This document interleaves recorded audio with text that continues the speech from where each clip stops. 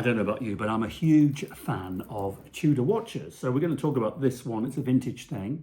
I'm selling it on eBay, so I'll put a link in the description. If you're interested, you can just follow it and see how much it makes. I think it'll be an interesting project. So vintage 1960s, there's just something for me, let me know what you think, very special about vintage watches from the 50s, 60s in particular, and especially those with really good brand sought after names.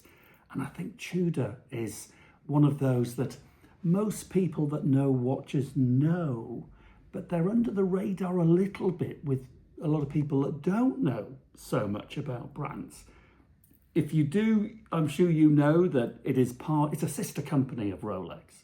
So founded by Hans Wilsdorf. He's the guy that founded Rolex in the early part of the 20th century and came up with the sister brand Tudor in 1947, the same year that Rolex introduced this oyster case. So this is the Tudor Oyster shock-resistant self-winder. So introduced, would it be pre the automatic movement? Maybe not. Maybe you might know the automatic movement was probably around at that same time. Interestingly, it was invented by an Englishman in the 1930s, somewhere around there.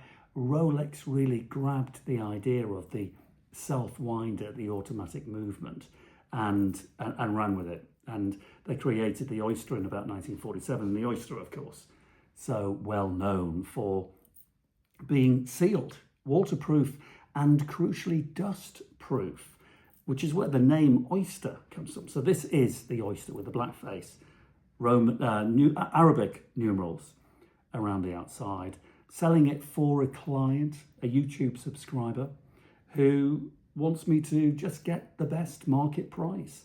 So it's going to go on eBay. It's got its original Rolex strap. When I say original, I don't know whether it's original to the watch. Who can tell from the 1960s?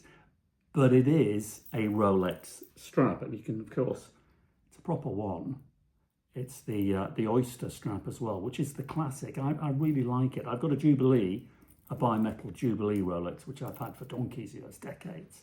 And I love it, I love the watch. But I do like that classic. It's sort of James Bondy, isn't it? Remember James Bond had a Rolex Oyster in the 1960s. I know this is a Tudor, but very, very similar. eBay, sensible reserve. Look at the strap, the bracelet. I always call them straps. People get on me about this. I don't know why. I've always called these Oyster bracelet straps. So I'm going to try and call it a bracelet. It's the folded bracelet. Can you see? The folded links there. So the first Oyster bracelets were riveted, and then the folded links came in about 1967. Stamped Rolex, of course, that's what you would expect. Now, when new, you would buy one of these Oysters either with or without the stainless steel bracelet, one of the strap. You might get a leather strap. The bracelets were often as much money as the watch themselves. Whether this watch was supplied brand new with that bracelet, we will never know, and it doesn't matter. It really doesn't matter. It's period. So it works very well. Plain crown. Reference numbers. So there's the reference numbers on the back. It's the 7804 model. You can do your Google searches. You will discover when that was produced, but this is quite certainly a 1960s watch. The strap is also numbered, and so we've got the numbers on the bracelet, strap bracelet, 783519, and the end pieces stamped 357, all absolutely bang on. So stamped Rolex, which is normal on a Tudor watch. It's got the plain crown, and it is just the most wonderful thing. Now, with it being a winder, you'll see how thin the watch is. Can you see that? If it had the automatic self-winding mechanism in it, it would have much more of a bubble on the back. So I think when you wear that watch, it's just very, refined and elegant, being quite flat. Now that is a full-sized man's watch from the 1960s, and it kind of looks small now. But I was talking to a friend of mine, big watch dealer, who was saying that the fashion for big, overblown watches is really dwindling, and people are very much drawn to the much more vintage kind of full-size 60s, but vintage look. Now let's see how big this strap is. There's no more links with this. So count the links. 1, 2, 3, 4, 5, 6, 7, 8, 9, 10, 11 links. Can you extend it any more? No, that's about it. You can make it smaller. So if you've got a smaller wrist than me, you can make it smaller. If you've got a bigger wrist, you can't. You'd have to buy some links, but that's not the end of the world. You know, you can do that. Or put a leather strap on it. They do look really well, actually. Very funked up. Someone asked me, because I've been wearing this watch for about 4 days, and it just to see how it runs. And I was assured by my YouTuber, thank you very much, you YouTubers. Brilliant you are, all over the world. Do subscribe if you're not subscribed.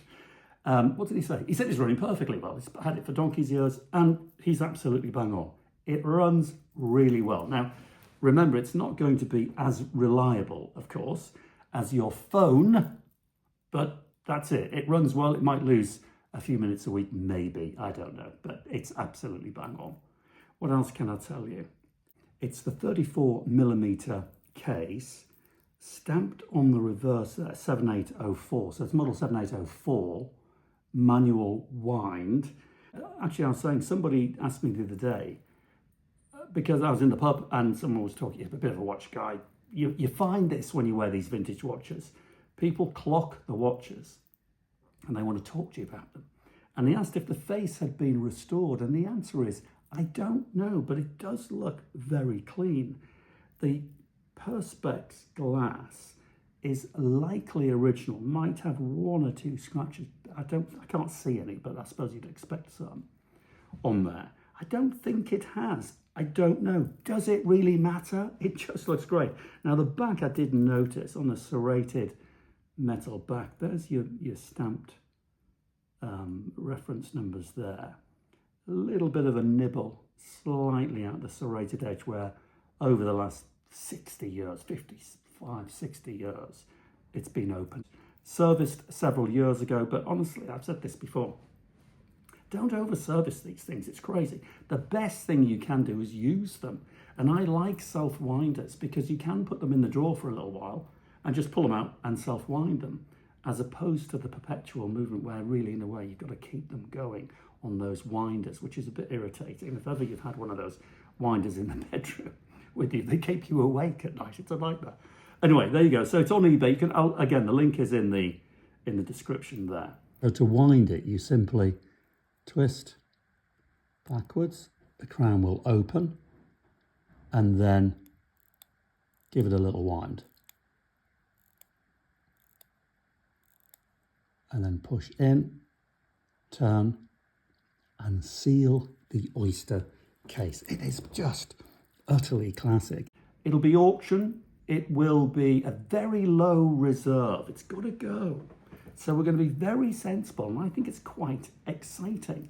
So log on to eBay, have a look, and see what you think, and follow the sale. If you fancy bidding, great. If not, doesn't matter, just follow. It's quite interesting.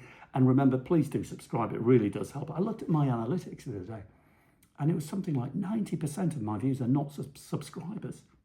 If they're all subscribers, it'd be amazing. And it helps just push the videos. Other than that, thanks for watching, and let me know if you have anything equally as interesting. Thanks a lot.